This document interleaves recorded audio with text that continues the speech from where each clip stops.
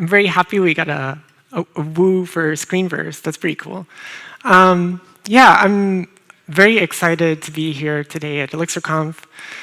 This is a bigger room than I remember. Like, I've done a few of these talks. I've spoken at ElixirConf EU before and at US, and I don't remember it being so big. Anyway, this is the first talk that I'm giving since 2023, which was in Mexico City. Apologies in advance if I'm a little bit rusty. I'm honestly just really excited to be here today in Krakow. I think, I love Poland. I love Polish people. I know that some people might find Polish people a little bit distant, a little bit cold sometimes, even maybe rude. But being from Sweden, I love it. Like, you don't want to make eye contact? Me neither. Works perfectly for me. Actually, my first experience working with Polish people, this was back in Sweden a long time ago. My first experience was that everyone was so polite. Just the most polite people ever, right? We were sitting there working, they were working, and I heard them talking. And they were saying, tak, tak, tak, tak, tak, tak, tak. And of course, as everyone knows, in Swedish, that means thank you. And I was just incredibly impressed with how polite they were. So today I'm going to talk about distributed Elixir made simple. Simple is a special word here because originally, when I made this talk, it was called distributed Elixir made easy. And so why did I change it to simple? I mean, it's very much a question of definitions, right? And simple and easy are used interchangeably, frequently. But there's also a distinction that you can make between easy and simple, where easy is something that is low effort, not difficult, right? Whereas simple can mean not complex, as in it doesn't have a lot of steps or a lot of moving parts, a lot of pieces involved, but it can often be very difficult to do something that is simple. For example, lifting a rock, if it's small, it's pretty easy. If it's big, it's really hard, right? But if you build like a pulley system and like all this stuff to help you out, then lifting it can now be easy, but it's not simple because you did have to go through all of those steps to get there. So simple is about reducing the amount of moving parts. Okay. My name is Johanna. We went through that part already. I used to joke that my sense of self-worth was based on how many followers I have on Twitter. But thankfully, that is no longer true. I've grown a lot as a person. Now it's based on how many followers I have on Blue Sky. Thank you. I also want to introduce you to my cats. This is Blue and Monkey. They are obviously adorable, and they're a big part of this talk because I have a lot of anxiety doing public speaking. And it doesn't matter how many times I do it, every single time I'm up here, I'm equally panicking, right? My heart is racing, I'm sweating, I feel like I can't breathe. And so even just working on the slides has been really difficult. And I figured by putting my cats in there, I can kind of help myself out and have like some Zen moments and calm down a bit. Thank you. Kärt barn har många namn. This expression This expression in Swedish roughly translates to beloved child has many names. In other words, the more you love something, the more names it tends to have. And so I want to start this talk by dealing with some terminology. So first of all, OTP, or Erlang, OTP, Beam, Erlang VM, Elixir, we have all these different words that are used often interchangeably and sometimes to make certain distinctions, but the distinctions can be unclear. Where does Erlang start and OTP end, etc. For simplicity in this talk, I'll just say Elixir most of the time, since this is an Elixir talk. Everything that I'll be talking about, though, is also doable in Erlang. I'm just going to be using the word Elixir. If you do it in Erlang, it looks slightly differently, but you can still do it. A second part is distributed Elixir. That's the word I'm using for this talk. You'll also hear it referred to as dist-url, or clustering your nodes. There are many words for this as well. I'll just say distributed Elixir for simplicity, but I mean all of that. This is the goal of my talk. I feel like some of the words have gotten smashed together in the presentation. That's fine. I do know how to type. Like, it's not that. I want to make my goal clear. I want distributed anything is a huge, complex topic. And so I want to cut through some of that and show you that it doesn't have to be that bad, or there's some pieces that you can pick out that are relatively straightforward. Maybe not easy, but hopefully simplish.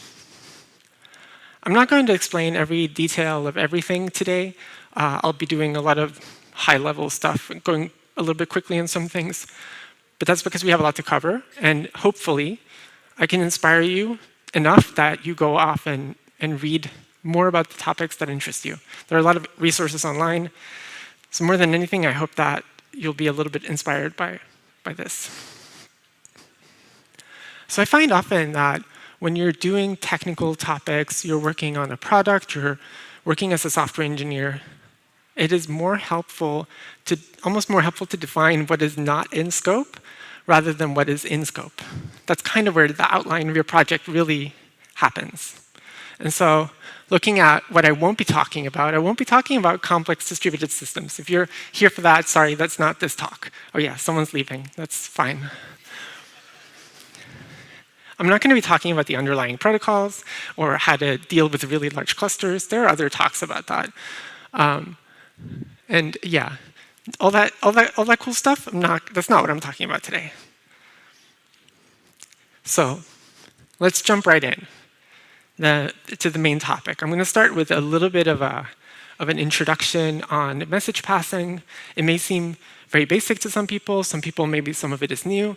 I just want to get us in the same place instead of have like a baseline. And I will be getting to a point. So in Elixir, everything happens in the context of a process. Your code runs in a process.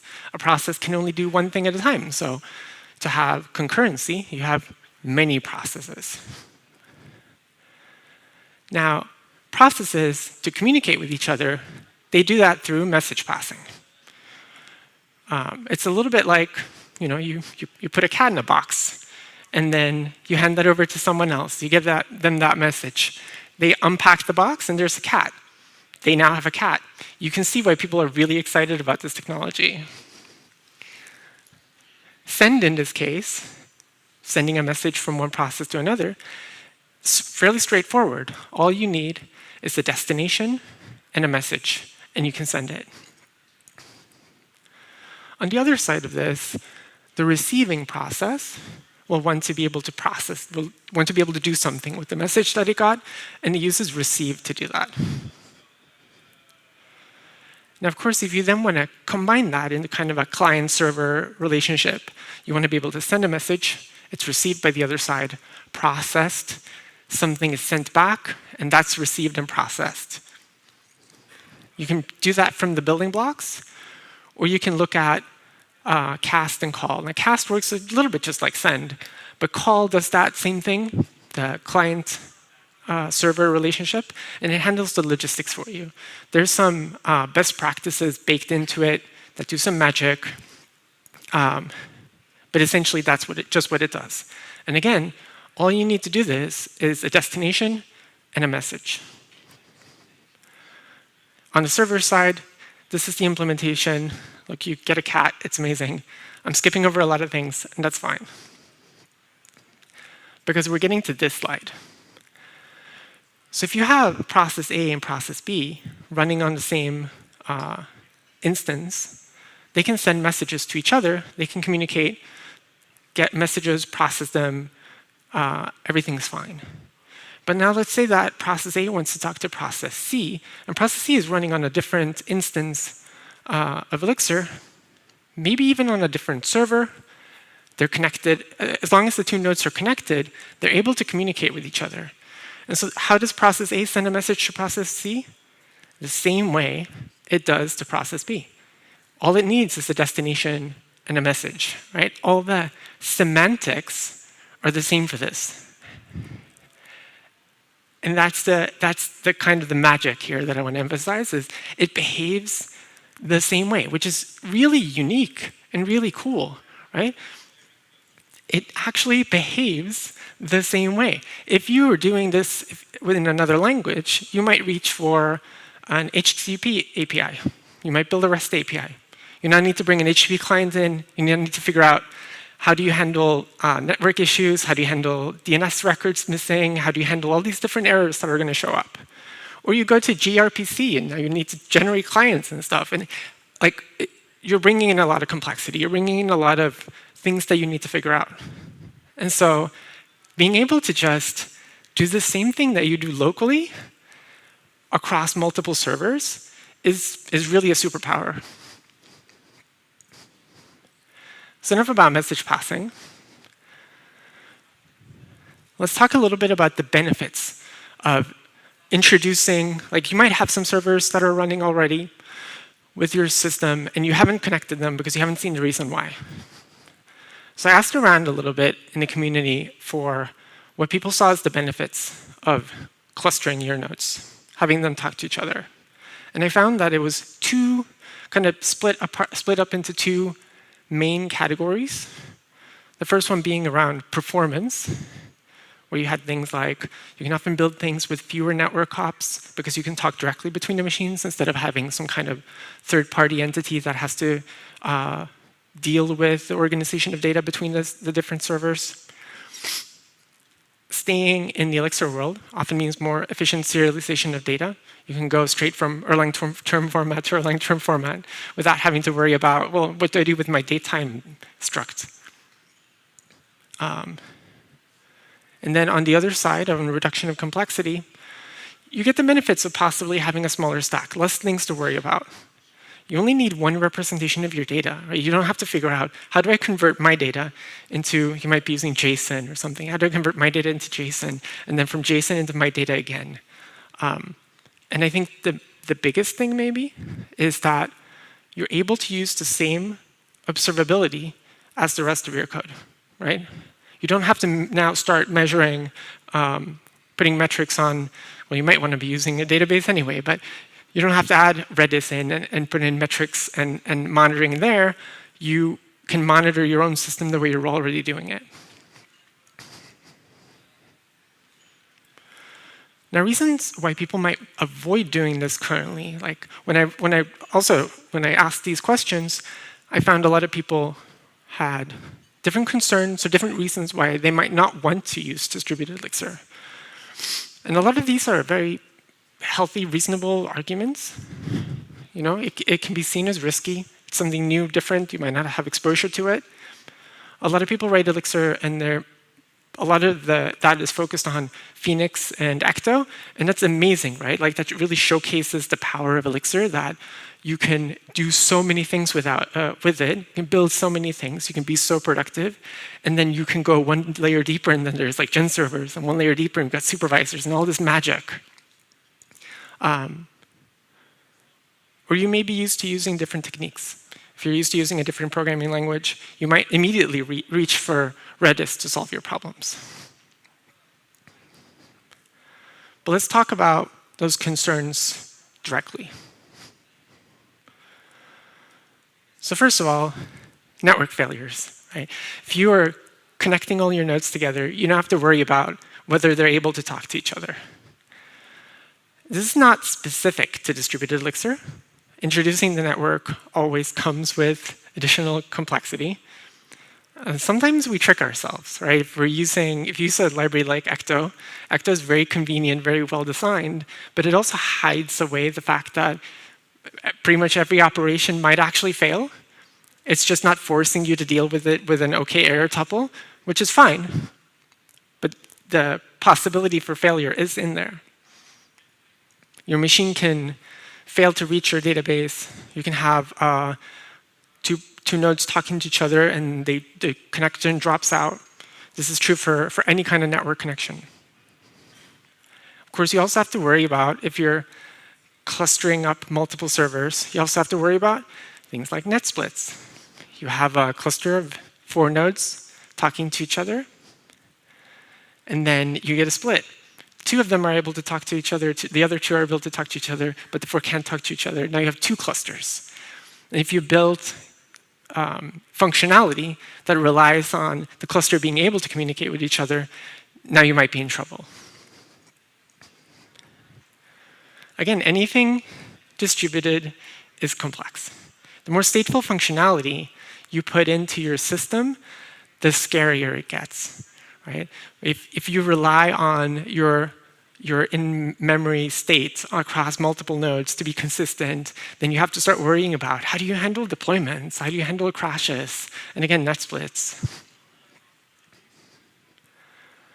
Of course, you can work with Elixir for a long time without ever having to define a gen server.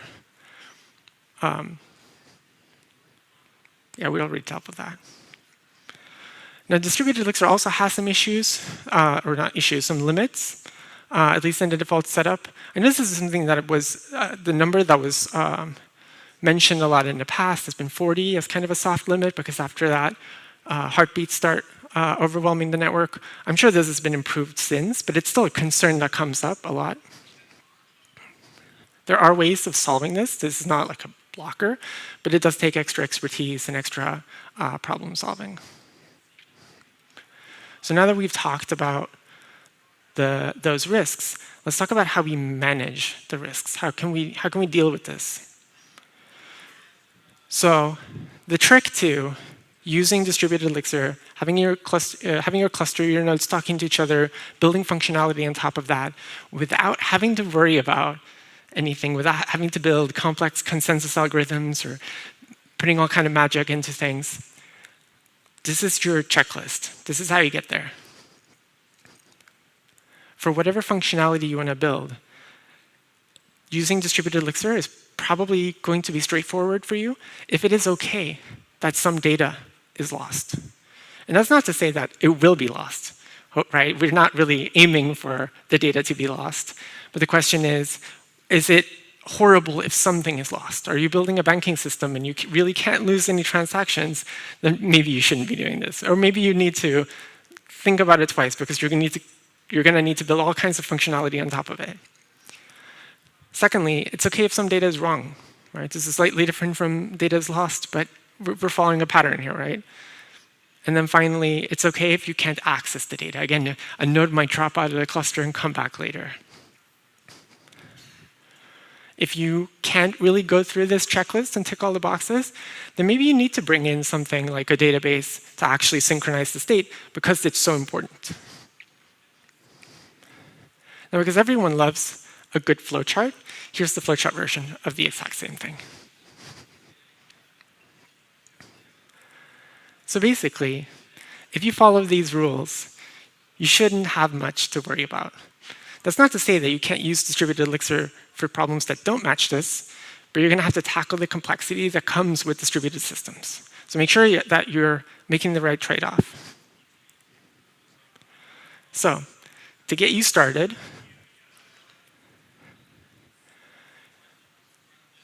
step 1, you want to connect 2 nodes together. You can do this very quickly, very easily on your own machine. Start 2 terminals. Type in iex-name, which runs your local Elixir in a connected mode. And run these 2 commands in each node, and then type in node.ping with the name of the other node. And you can connect, right? They're connected. You can see them listing each other. They're aware of each other now. You only need to connect one direction, and they're both connected. Now, doing this manually is possible, but you might not want to be doing this with your production servers every time you deploy or start a new server. And so a great library out there is something called libcluster, which allows you to define topologies with strategies. Essentially, how does the library discover new nodes? How does it discover, like if you start a new server, there should be an automatic way of figuring that out. You can do that through DNS records. You can do that through gossip protocol, through EPMD. There are lots of different ways, but this library will help you with that. Now, you've got your cluster set up, you have your servers, but just having them set up doesn't mean that you know that it's working, right? You need to be able to react to a node joining the cluster or leaving the cluster. And most of us don't have the luxury of a static cluster. You might have horizontal scaling. You might have rolling deploys. This is a basic skeleton for how to deal with tracking nodes joining and leaving the cluster. In here, you can put whatever you want. Logging, metrics.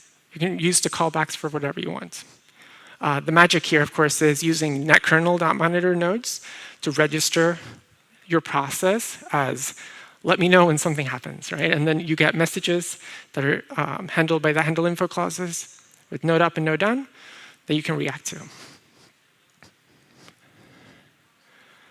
So let's take this and use it for a practical example. Let's build a distributed cache. And we'll start with a local memory cache. This is the most kind of simple gen server cache that I was able to put together. It just has a get and a put. You can put key value into it. You ask it for a key, it returns the value. Of course, this is per node. So if you have multiple nodes, you ask one node one thing, you ask another node a different things, they don't know the same things. So how do we deal with that? Well, first of all, let's look at hash rings. Hash rings are really cool. This is a library by Discord. The hash ring is something where you can put in your nodes, right? So the names of your nodes in the system that you got when you did node.list, you can put in your nodes into the hash ring, and then given any key, it can tell you which node that key belongs to. And the key can be anything. It can be an IP address. It can be a key in our cache. It can be anything. The magical thing here, why you're not just using a map or something, is that it is consistent in its results. So you can create this node, this hash ring on multiple nodes, and it will give the same results as long as they have the same inputs or the same set of members.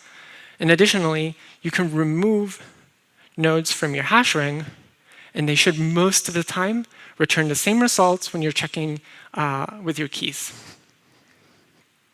And so you can kind of see how this fits in. I mean, a little bit, and especially if you're using Kubernetes, et cetera, and you have servers popping in and out of existence all the time, it really makes sense that it kind of gives you consistent results even when you're changing the nodes. And so applying that, we take our monitor process, we add in ring.add nodes on node up, and ring.remove node at node down. So whenever a node joins, we add it to the hash ring. Whenever it leaves, we remove it again. And so we take the local memory, local state cache, and we do a tiny little upgrade, right? This has only added 2 lines to the code. There's an OK node, ring.find node with the key, right? So whenever we call get or put, we check which node is responsible for this key. And when we know which node is responsible for the key, we can add the module tuple to the destination. Essentially, we know now which node this process that we're interested in lives. And so we know the address of it. We can send up the message, and it will be routed to the correct node. And this will handle auto-scaling and node being added, removed, et cetera, pretty well. But again, there's no guarantee that you always have exactly the right node. It will work most of the time. But what about persistence, right? So the cache that we've been talking about, it runs per node. You shut down, it goes away. You start up again, you have a fresh one. You lose your state whenever you do a deployment. And that's probably fine. That's what we had with the original version. That's what we have now with the distributed version. But again, is it possible to have some kind of persistence across deployments without adding too much complexity?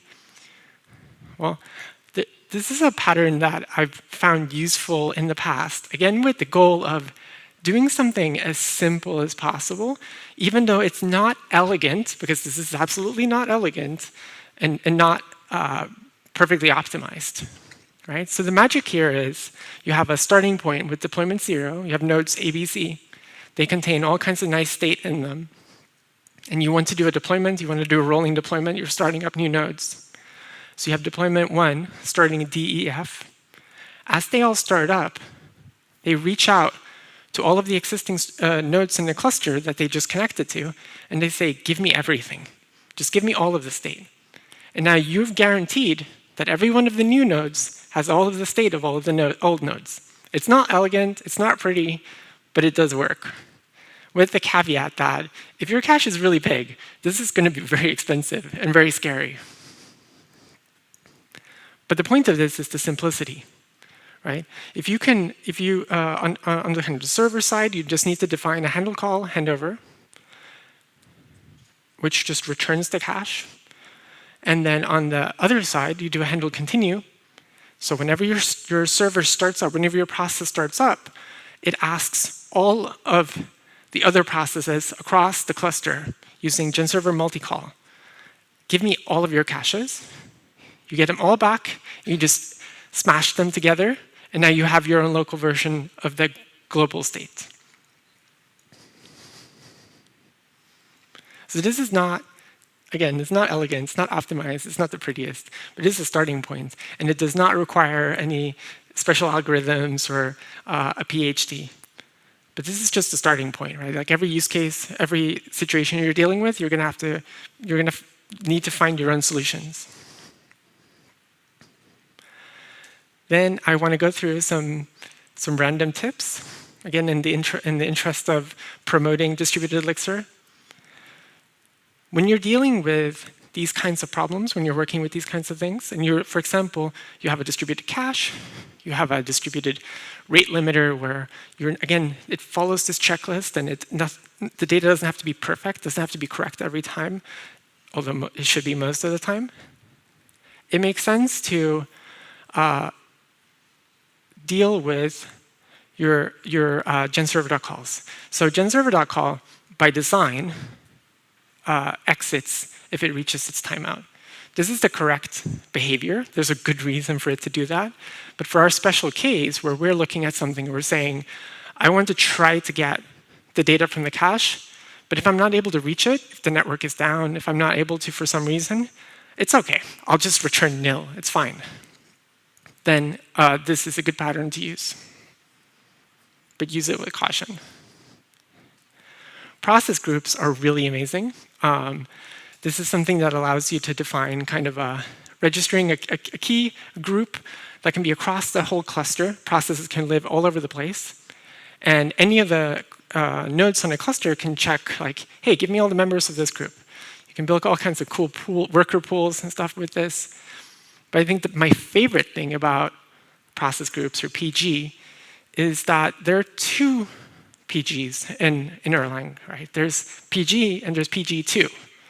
But PG1 or PG is actually PG3. It's the third version of PG. It's just that the first version never made it in, and so they call the second one PG2. And then when they're making the third one, they're like, well, we might as well use the name. It's there, right? Just some funny trivia. Finally, if you're building things on top of running multiple nodes across the cluster, having them talk to each other, you probably want to test that it's actually working. You probably want to test that when you're making changes to it, you haven't just broken all of your code. And so a big part of getting some simple use cases of distributed Elixir into your code base is having good tests. Local cluster is a library that helps you set up tests for distributed Elixir. Essentially, it allows you to start on command multiple nodes and connect them. The only caveat here is that it can be a little bit slow because it is actually starting the extra nodes. And then, of course, there's global. I didn't want to start with global because it's kind of the first thing you see, and it's kind of the thing that you might go after at first. Global lets you define, it's like a global shared registry for your cluster. So any name that is registered in there is global. Any node in the cluster can find that specific process. You can only have one process with that name in the entire cluster. This can be really useful for serializing things through a single process. But as we're going to briefly talk about, it can come with some weird behaviors. And this is a slide to remind me to breathe, to take a moment. Here's my cat Blue doing his podcast.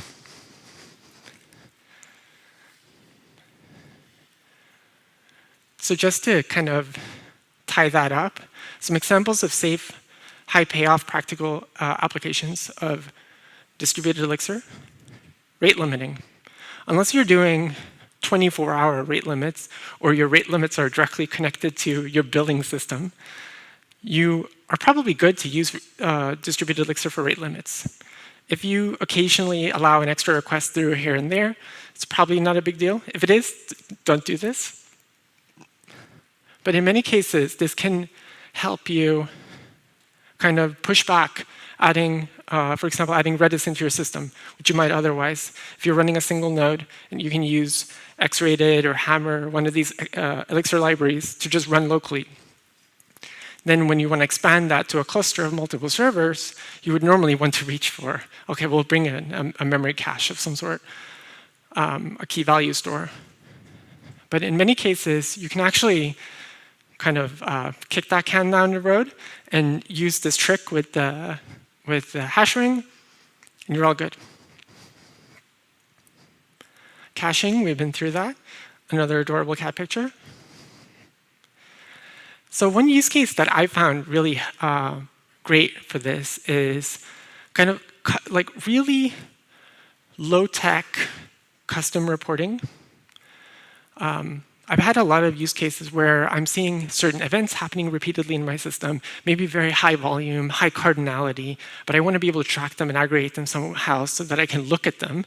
And again, it's not important that I can look back many months.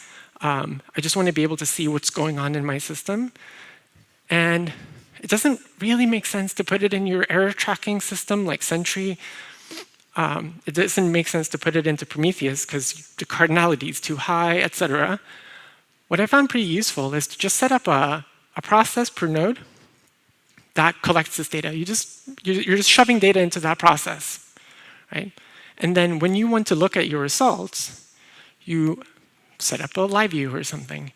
And in that live view, you use that multi-call trick. You send out a message to all of the processes in your cluster, aggregate all the results back, and display them in a very pretty HTML page.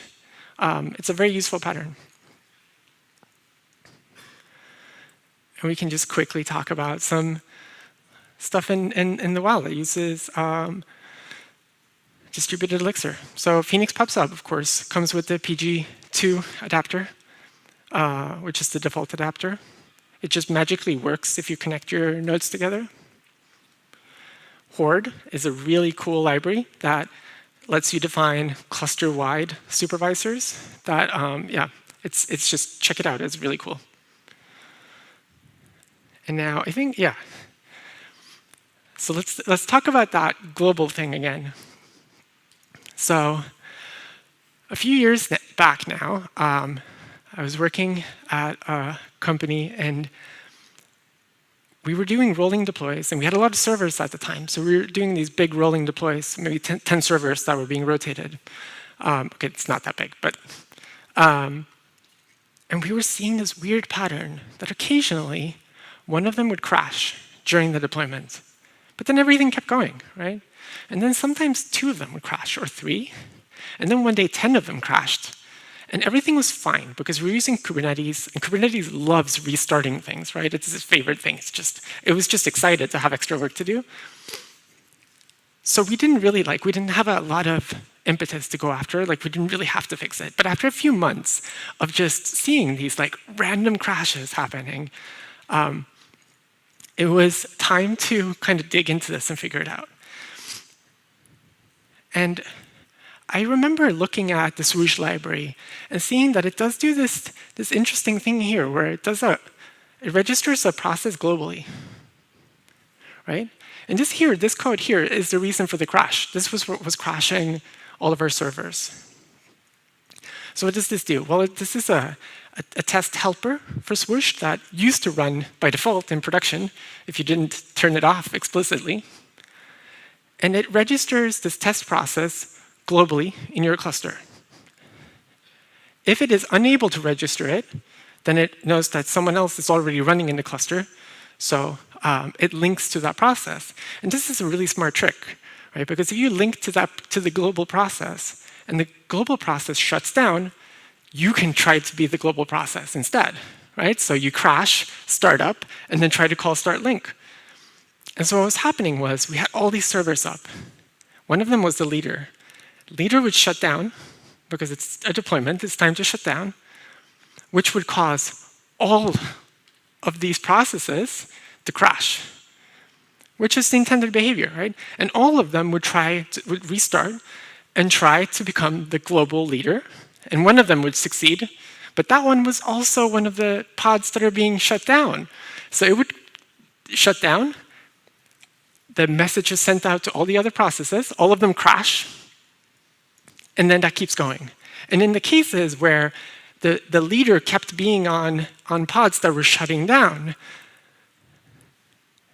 we got into the pattern where multiple pods, multiple nodes had the same process start and crash, start and crash, start and crash over and over again.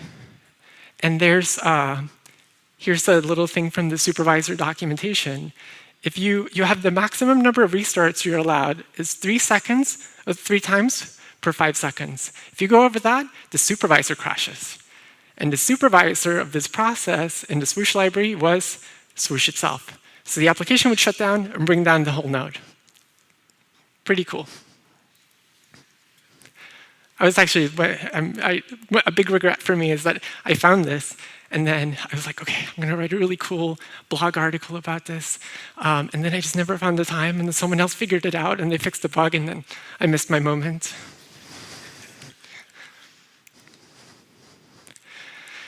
Another slide to remind me to breathe. And yeah, this is a small recap. We talked about message passing. We talked about distributed Elixir, risks and benefits, and hopefully enough to get you started if you haven't been doing this before and you want to try it out, and some examples for inspiration. And that's it. Thank you.